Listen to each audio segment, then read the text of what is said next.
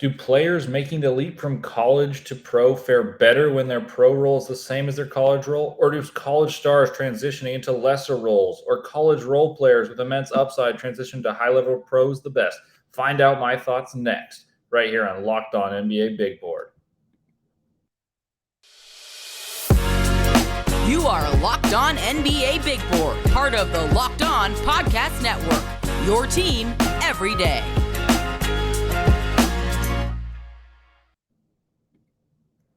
Welcome all. You're listening to Locked On NBA Big Board. My name's Leif Thulin. Rafael Barlowe calls me the grinder because I watch more college basketball than just about anyone.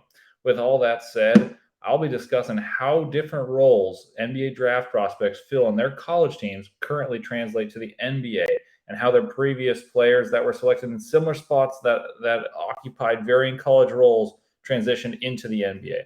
I'll analyze the different archetypes of players selected at similar spots in previous drafts and apply that framework to current prospects and say what players will fare the best in their jumps to the NBA, with an emphasis on how different players from this year's class fit into those different categories. And I'll explain what that means coming up in the following segments.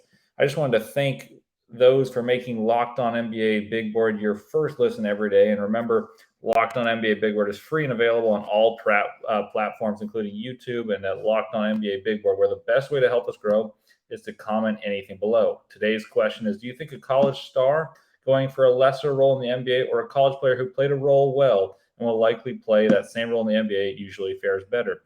That's what I'll be addressing today. In the first segment, I'll discuss the players that are drafted high based on potential or traits, an archetype that is more dependent on potential and high risk, high reward. And an example of that type of player is maybe a Patrick Williams, whose production wasn't immense in college, yet was drafted very highly due to physical attributes and potential.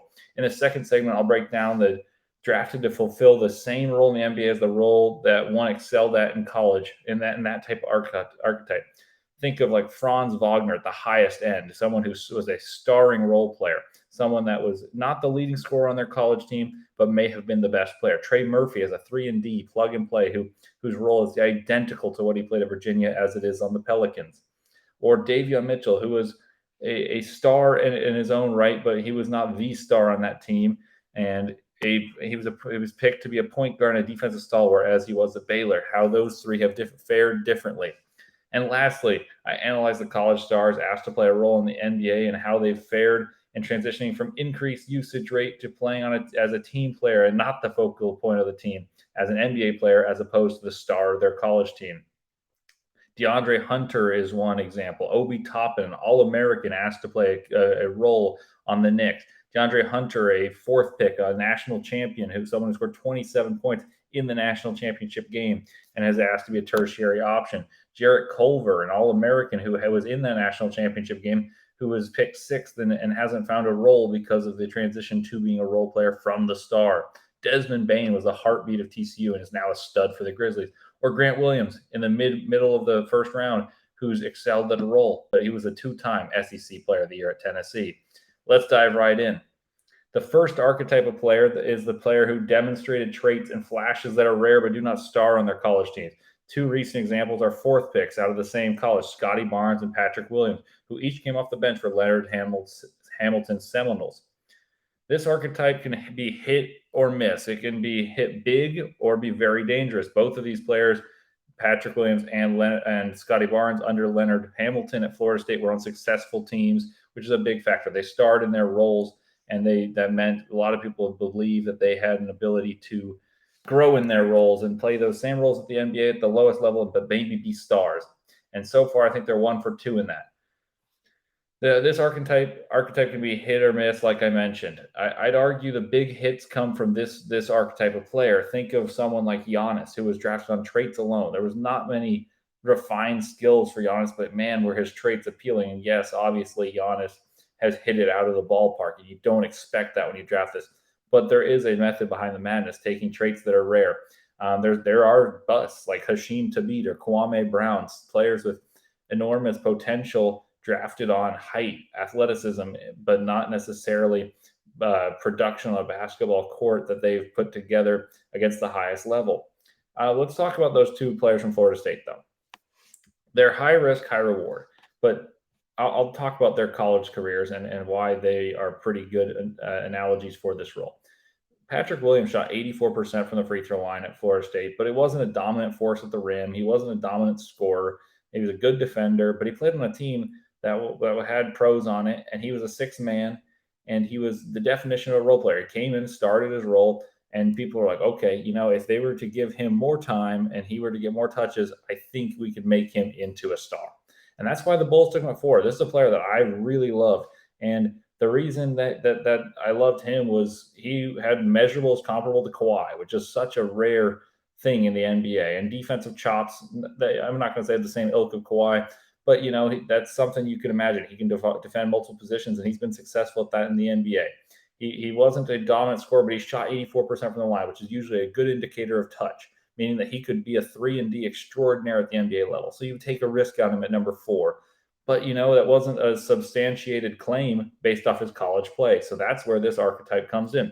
Let's talk about Scotty Barnes, though.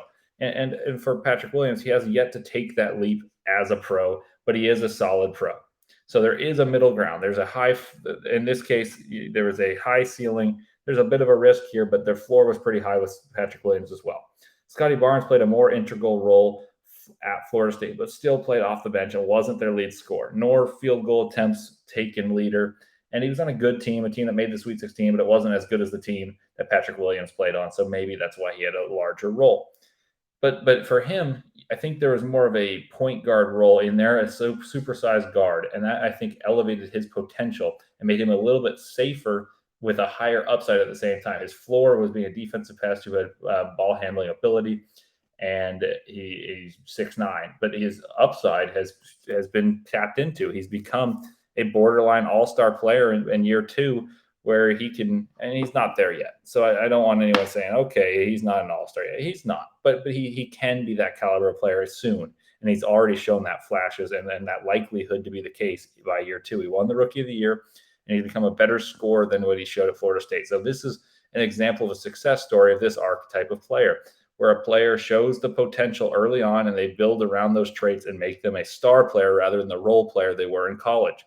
High risk, high reward, but there's something to be said for the middle ground as well. Who are players that fit into that pattern in this year's class? I'd argue Jarace Walker, Dylan Mitchell, Julian Phillips, and to a degree Anthony Black when Nick Smith has played and Ricky Council has played together, because he becomes almost a third option despite being the focal point of their team in the Maui Gym Invitational, where he kind of really grew this reputation for becoming a good scorer, someone who makes something happen. He's a walking paint touch. Let's talk about Jarace Walker. He's someone in Houston that has 2 star guards in the backcourt, a veteran team, and he's a freshman making big plays. But he's got potential to be more because he's shown passing flashes. He shot the ball well against Virginia. At Virginia, he was the star player, led the team in scoring, hit a few threes, hit a turnaround jump shot that acted as a dagger from 17 feet over one of the better defenders in the ACC in Jaden Gardner. But also, this was all against a team that plays a pack line defense that makes you shoot over the top of them and makes you really beat them with athleticism or really good shooting, and he did both. As for a guy like Dylan Mitchell, he's the perfect example. Texas has a national championship caliber roster, whether that happens with Chris Beard leaving due to legal issues and rightfully so, but their talent on the basketball court has made Dylan Mitchell look like not a non-factor, but someone that if he were to miss a game, we wouldn't mind too much. And that's often like oh boy, that's a little scary. But he's got the traits. He's 6'9". He's one of the best vertical athletes in the draft, if not the best vertical athlete. He and Andre Jackson would be the best too. And he can shoot the ball. He's shown some touch. He's also had moments of, wow, look at that explosion in a half court. Is he just defense? Is he just a transition player? Can he be a star? I don't know, but this is a player that you would draft on traits. Julian Phillips. He's the leading scorer as of entering the game against Arizona. He was the leading scorer for Tennessee, but you wouldn't say, man, this guy is the star of the Tennessee Volunteers. I think most people would say that's Santiago Vescovi. But he's the guy that's the most appealing draft prospect due to his traits, physically traits, and what he can do. We had a podcast earlier where Rafael and I discussed, man, Julian Phillips might be in a logjam at the wing position, but he's got these physical traits that make him coveted, and you may take a swing on him. Anthony Black, I think, is a top 10 pick waiting to happen, but at times he kind of plays this where you rely on these traits and that are rare, the supersized playmaker who's got defensive chops, but at times he gets lost in the shuffle in a very talented Arkansas team. That you tell me, is this a safe archetype? I'll tell you at the very end of this episode how I'd rank this these three different archetypes and which one is my personal preference and my thoughts on all the three. But coming up next, I'll tell you about the players that are role players in college that excel at their role and then have a chance to do so in the next level. But first, a word from Turo. With Turo, you can book any car you want, wherever you want it, from a community of local hosts. Browse a huge selection of vehicles for just about any occasion or budget. Book an SUV or a minivan for a family road trip, a pickup truck for some errands, or even test drive an EV. They're all possible, they're all doable, and they're made easy by Turo. Every trip is backed by liability insurance. Terms and conditions and exclusions apply. Forget boring rental cars and find your drive at Turo.com. All right, welcome back to Locked On NBA Big Board, and I'm Leif Thulin, and I wanted to remind you that you should make sure to check out Locked On Sports today. The biggest stories around the world of sports around 20 minutes or less. You can catch your fix, and you can tell everyone what's happening in the world of sports without having to watch the games, because Locked On's take of the day will be there, and they'll be able to tell you Locked On Sports Today, what's happening in the world of sports, and you'll be an expert without having even watched it. Locked On Sports Today, available on YouTube and wherever you get your podcasts.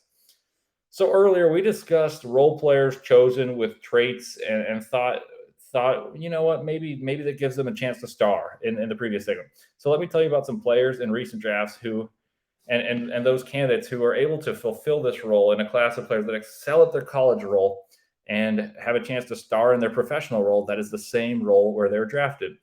And that's this is a fit pick. Sometimes people will draft based on best available, and sometimes they draft on fit, and sometimes it's the same, and sometimes it's different. But here are some players that come to mind in recent drafts that fit this category. Franz Wagner is the highest end of this. Franz Wagner. Trey Murphy is a 3-and-D to a T. Played the same role at Virginia as he's playing for the Pelicans. Davion Mitchell was a star guard for Baylor, but he was in a role of being a defensive pest, the best defender in the country that year, arguably, and he was the table setter for Baylor, using his ability to be his speed to be an ability to get to the rim and create for his teammates. These players demonstrate the range between what roles they can play and how it translates to the NBA. You see the highest levels, Franz Wagner, who's someone who's really becoming a star in the NBA. And he was the best player on Michigan's loaded 1-seed team that made it to the Elite Eight. But he wasn't the leading scorer, and he wasn't the guy that got all the headlines, despite being a guy who went in the lottery, and he took the same role. He's going to be a Robin in the NBA right now. Paolo Banchero already in his rookie year has become the Batman, and that happens. But he's perfect at his role, and it's someone that you look at as an archetype and say, well, you know what? If someone's a good shooter, a good defender, really heady player, tall, and we can project those same traits in the NBA. There's no reason they should suffer. And that's a safe pick with a high floor, extremely high floor in the case of Franz Wagner, and a higher ceiling than you typically pick on a pick you're taking for a fit rather than upside or best available. And Franz may have been the best available at 8 anyway. But myself included, I think there were some doubts about Franz Wagner's shooting and how sustainable his success was playing on a really good Michigan team. And I think people may have taken away from him based on the team, and I think he was a larger part of that team than people realized. Despite, I think anyone who really knew basketball that year would have said that's the best player on the team. But a lot of people took away from him by saying, oh, that team's really good, so how good is he? And I don't know if that's fair. Here's another example. Trey Murphy. I loved him at Virginia. And for anyone who's really listened to this podcast, one time I went on with Richard, talked about Trey Murphy, and now every time he and I watch a Pelicans game, we text each other about Trey Murphy and how awesome he is. Well, he was 6'9", shoots the heck out of the ball, and he's a really good athlete. So he's a 3-and-D to a T. He was exactly that at Virginia. He was almost part of the 50-40-90 club. in the season, and I think he was in ACC play. That's incredible, but that's exactly what he's been. He's been one of the best shooters in the NBA as a second year, someone who is able to defend multiple positions on the perimeter, and someone who can provide athleticism. Is he a star? No, but is he a star in his role? Absolutely. Davion Mitchell is, I guess, the flip side of the spectrum. He's a guy who probably was a star, or as close to a star as you can get in college basketball without being like unanimously named, okay, he's too good to be on this list. But most people would have told you entering that year and throughout that year that Jared Butler was the best college player on that team. Davion Mitchell may have been the most vital, and that's because his role was to be the point guard and defend the team's best opposing perimeter threat. And he did that to a T. He was phenomenal at it. He's been good on defense. He's been an okay table setter, but he's someone that you drafted to fulfill the same role, and he hasn't quite been able to transition and fill that role in the NBA. That happens. There's going to be success stories such as the one like Giannis. That's the extreme success in the segment before. And this, I think, Franz Wagner is as close to as you can get, or Mikal Bridges, someone who was on a championship team, and he was the top prospect on that team, but he was not the star of the team. Jalen Brunson was the star of that team. They had 5 draft picks on that team, but he's been just as good in the NBA as he was at Villanova. And that's why he was a successful player there, successful player for the Suns, and a draft pick that worked perfectly. He and Franz Wagner is about as close as you can get to fitting the billing the exact same way in the NBA and in college. But I find this archetype to be the safest with as many good college players as there are. They could have larger roles on worse teams, or you could see them contributing greatly to winning in the exact manner a GM would envision for an NBA team. So this makes me confident in this archetype that at least you're going to get players with traits that are good in the modern NBA. The NBA, what general managers want is what this provides, because you're not going to draft a player that you don't think fits the NBA as you see it transitioning into. When we talked in a recent episode, or at least I did, about how the Boston Celtics have kind of revolutionized basketball and the way people draft, because they look for guys who are like 3-and-D and physical and strong and people that don't necessarily need the ball to score, but they can score if they get the ball. They're not looking for offensive stars every time, but they've got players that can star in their own role. This is the method behind the madness. It just so happened the Celtics have had 3 guys who are the 3rd pick overall in their respective draft classes, in Al Horford, Jason Tatum, Jaylen Brown. They have number 6 pick in Marcus Smart and a few other extraordinarily talented players. But the method is still the same, that they have players that are versatile and fit the modern NBA. So these type of players that are star in their roles in college, that are roles that are needed and coveted by general managers, often play the part and excel at the next level. So I find this to be an extremely safe way with an underrated upside to draft. Who are players that fit this role in this 2023 NBA draft class, where we talk about the star power? Obviously, Victor Wembanyama and Scoot Henderson are stars, and I think there could be more stars. I think Amen Thompson has every capacity to be a star. And then you look at picks 4 through 6. We've talked about the race for 3. We diagnosed which players can be picked from 3 through 8, and I think there's star potential for most of those players right there. But there's also players that will fit the role perfectly, that are either in that tier or just a touch below. The first one that comes to my mind when I talk about this is also a player that reminded me of that whole Celtics talk I gave. Cason Wallace is compared to Drew Holiday and Marcus Smart. And I see the Marcus Smart one quite well, because he's a defensively oriented guard who's big, who plays a role on a good team. Kentucky isn't great. They haven't been as good as they probably should be. They have players kind of playing out of role, but Cason Wallace can play multiple roles, and he plays his extremely well. He defends the best player on the other team. He's able to score. He at one point before the UCLA game, I don't have his most recent stats pulled up, he was shooting 50% from 3, which was said to be a knock. Okay, clearly he's been able to do that. He's going to be an impactful player on both sides of the ball. Doesn't need the ball to be super effective, but can score when you need it. He'll defend, he'll rebound, he'll play tough, but he's going to star in his role. And I think that'll be the same going to whatever team is lucky enough to draft a guy like Cason Wallace, who's not big enough to be a 2 guard that's dominant, and he's not quite skilled enough with the ball to be a point guard. He's 44.7% from three right now. I've checked it. And I think he's the perfect example of this role of someone who's going to star in his role in college ranks, and he's already has, and he will again in the NBA ranks. Another guy, I mentioned Jarace Walker, someone who has the traits that can make him a star, but he's also starring a role for Houston. I mentioned that he's probably the third option. So maybe you can make an argument for fourth on the Houston Cougars right now, who are a top 5 team in college basketball. Well, he'll likely be a tertiary option, maybe a person who's not even the tertiary option, but he can influence the game with his energy, his rebounding, his passing from a big spot. He can hit open shots, and he's a perfect glue guy for an NBA team with upside to be more than that. I think another player that's fallen under the radar recently is Dariq Whitehead. Dariq Whitehead was one of the most heralded players who's got a trophy case that is unbelievable for a high schooler, having played alongside stars his entire life. He played alongside Cade Cunningham. He played alongside Scotty Barnes when he was young. And then when he's gotten older, he played alongside other stars at Montverde. Well, he's doing more of the same, playing at Duke, one of the most talented teams in the country. So he's used to playing a role on a college team and on a high school team, and he's used to being a star. So I think this is the best case example of someone who can be a star and was heralded as a star coming back from injury. He's playing a role right now. His role will grow. He'll get better as he recovers from his injury, and he has the capacity to play multiple roles that are conducive to winning for an NBA team wherever he's drafted. And I think he's someone that, as the season progresses in college basketball, more people will grow an appreciation for what he does that influences winning as Duke continues to get better, as I assume they will. All righty. Coming up in the final segment, I'll tell you about the stars of college basketball and how they've transitioned into being role players at the next level in recent years, and how I project a few of the players from this year to do so, and my thoughts overall about drafting that type of player.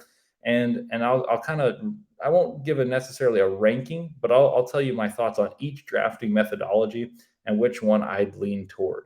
But first, let me tell you about BetOnline. BetOnline is your number one source for all things betting. Get the latest odds, trends, and for every professional and amateur league out there, from pro football, the college bowl season, basketball, and if you missed the World Cup, they had awesome odds for futures, and they'll have the same for everyone out there in like the NBA, college basketball. You can place your futures on who's going to win the ACC. Will it be Virginia? Will it be Duke? Will it be North Carolina or someone else? They've got it all. If you love sports podcasts, you can even get that there on BetOnline as well. We're always the fastest and easiest way to get your betting information. Head to the website today or use your mobile device to learn more. BetOnline, where the game starts. Down to the final type of player that you could select in the NBA draft, the college stars asked to play a role, a diminishing role in the NBA, and how they have fared in transitioning from increased usage in the college ranks to playing as a team player as not the focal point for the first time, as they've been the best player their entire lives on whatever team they've been on, and now they're not. In recent drafts, think of Obi Toppin as an All-American transitioned into a role player.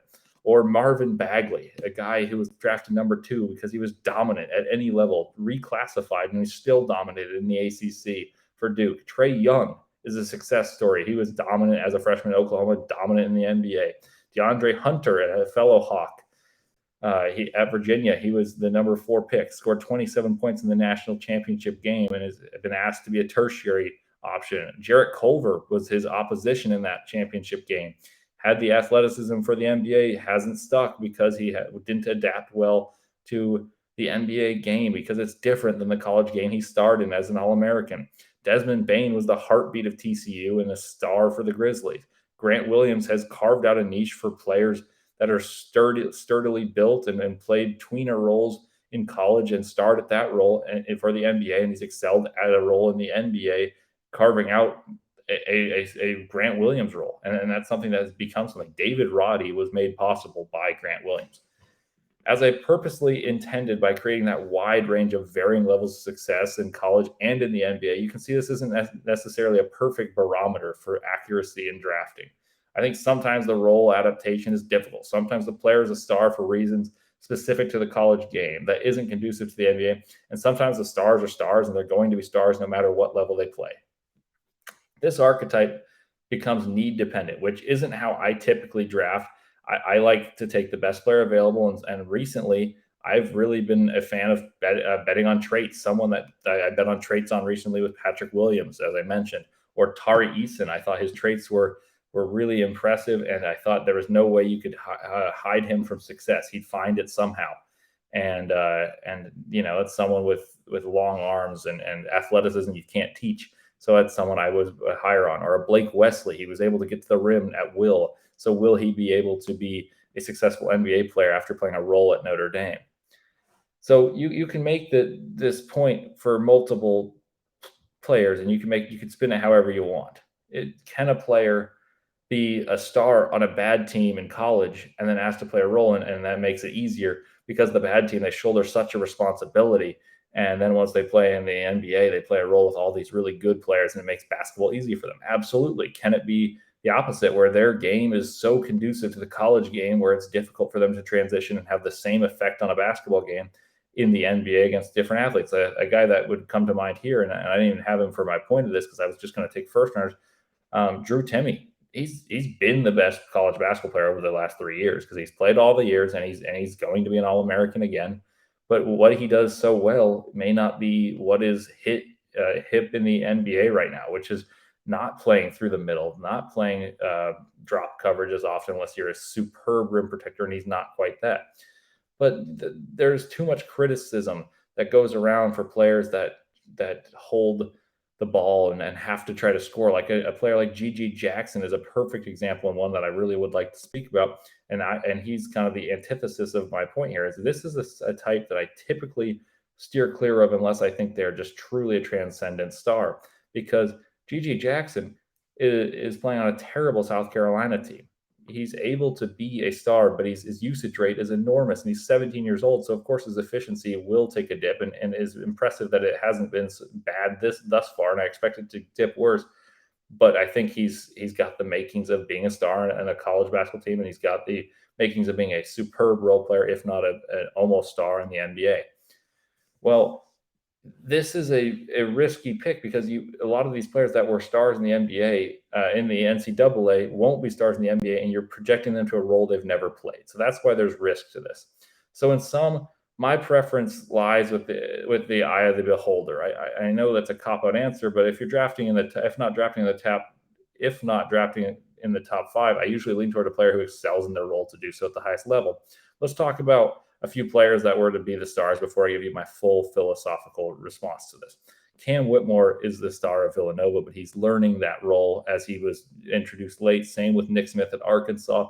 Big names who are taught to excel. They've been the best player, whatever team they've played on, and they're trying to do so on teams with aspirations to be tournament teams. And as for Arkansas, a team that I think has the capacity to make the Elite Eight, make the Final Four.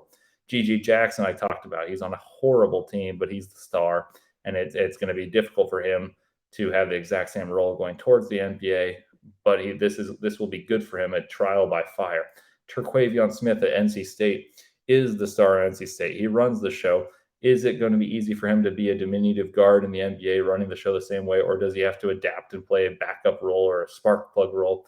I think he's got the capacity to do so, but it's hard to play the same starring role in the NBA when there's so many good players, and that role is not a clear-cut defined one. Chris Murray, similar to his brother, he's loading up stat sheets at Iowa. Can he play the same way as his brother has adapted into a role as a 3-and-D defender with versatility on defense and on offense? I'm not sure. We'll see how he fares in the draft process, and as the season goes forward in the Big Ten for an Iowa team that has Sweet 16 aspirations. So to finalize my thought, like I said, it's in the eye of the beholder. Do you lean for the best player available? Does your GM have a track record for being able to pick out traits that are successful for the way that team plays, or the way the NBA is transitioning? Well, if so, like Masai Ujiri really likes to draft on length and size, and Pascal Siakam and Scotty Barnes have made him look incredibly smart doing so. He was ready to sell the farm to draft Giannis before if the Bucks hadn't have taken him, he would have gotten him, and he would have looked even smarter. So if he's got that ability to identify the trait, maybe you do take the first option, like I said, a Patrick Williams, a Scotty Barnes, someone who showed traits in college and didn't quite excel because they were on good teams. Then there's the safest one. This is one I typically lean to. I think if they're a star in their role in college, Mikal Bridges, Franz Wagner, Trey Murphy, that they'll be a star for the team. So if you're not drafting in the top 5, I think it's more likely a player that excels in their role in college will excel in their role in the NBA than you drafting a player that excelled in a separate role as a star of a college team, transitions into being a very good role player in the NBA, because it's hard to reconfigure the way you play the game. It's hard to be envisioned in a role that you've never played, and I think it happens. And sometimes these players end up being the best Robins to Batmans when they they've been the Batman all along. And they're really super talented, and they figure it out and play as a role player. Maybe not a Robin, but sometimes as a 3-and-D that's a really good player conducive to winning. But that's hard to envision. So I think there's a more likelihood to fail in that evaluation than another one. And then lastly, I think I am higher on traits and roles than college accolades. I think the star, like I mentioned, it's hard to put them in a spot, especially because to be a star in college, you typically are older. And an example of this from this past year's draft, or 2 years, Corey Kispert was a star at Gonzaga. Ochai Agbaji was a star at Kansas, and they're having trouble establishing true clear-cut roles in the NBA as 3-and-D players, because it's a very different job in college after 4 years of college to transition to the NBA, where guys are just as big, just as athletic as you, and a place where you thrive shooting threes and being bigger and faster and stronger, where these guys are better at all those things. And so it's hard to transition to a role, even if you're drafted in the lottery like those two were. And I think traits are more, there's more margin for error when you bet on traits, because even if those players' traits don't pan out, there's still things that those traits, because they're so identifiable, allow them to be able to do. Like, there's a way you can be an excellent rebounder if you have a trait for superb athleticism. And even if you're not a great offensive player and you never develop into one, so far Patrick Williams has not. But he's a sufficient shooter from the perimeter. Not great, but he's a very good defender. He can rebound. He can do multiple things. And because of his traits panning out, his floor is higher than a player who's a star in college, and his game has to be reconstructed to fit into the modern NBA. And I use 2 examples there of really good college players. Ochai Agbaji, one of the most outstanding player at Kansas in the national championship. Agbaji's learning for the Jazz that it's hard to play because they've got a lot of good players that are fighting for the same position. And I hope, as a Jazz fan, that he figures it out. But it's a different one. Johnny Davis is another example. Johnny Davis was an All-American this past year, and he relied on scoring in the mid-range. And it's just, there's only a few players that are able to do it, like Jimmy Butler, DeMar DeRozan are so rare in the NBA that those dominant traits you display in college become even more difficult to display in the NBA. And there's so few players that have the capacity to do so that very few even try. And so if you're not going to be the man, you have to meld into what the surrounding players are. And I think it's more difficult to fit in. So that's my little rant on the way of how teams draft and what is the best philosophy. You tell me in the comment section of how to draft based on traits. Do you base it on if one player's excelled at a role in college, can they do it again? If they're a star in college, can they turn into a great college, great NBA role player? I think all can be true and all can have fallacy to them. There's an element of failure in drafting. It's just the case. But which one do you think is the best? And I'm very eager to see your thoughts on that. And this has been a fun thought experiment that I think I'm going to try to bring to you guys more frequently, just the way that drafting has changed and why it has done so, and my thoughts on the situation, just like the Celtics episode. If you missed that one, that's a fun one. I'll plug that there. And then how the Celtics have revolutionized drafting and taking versatile players. Thanks for making Locked On NBA Big Board your first listen every day. And for your second, check out Locked On Sports Today. And this has made it for a fun episode. As always, I'll be back with you for more college basketball and NBA draft content. That's Leif Thulin, and this has been a fun episode of Locked On NBA Big Board. Enjoy.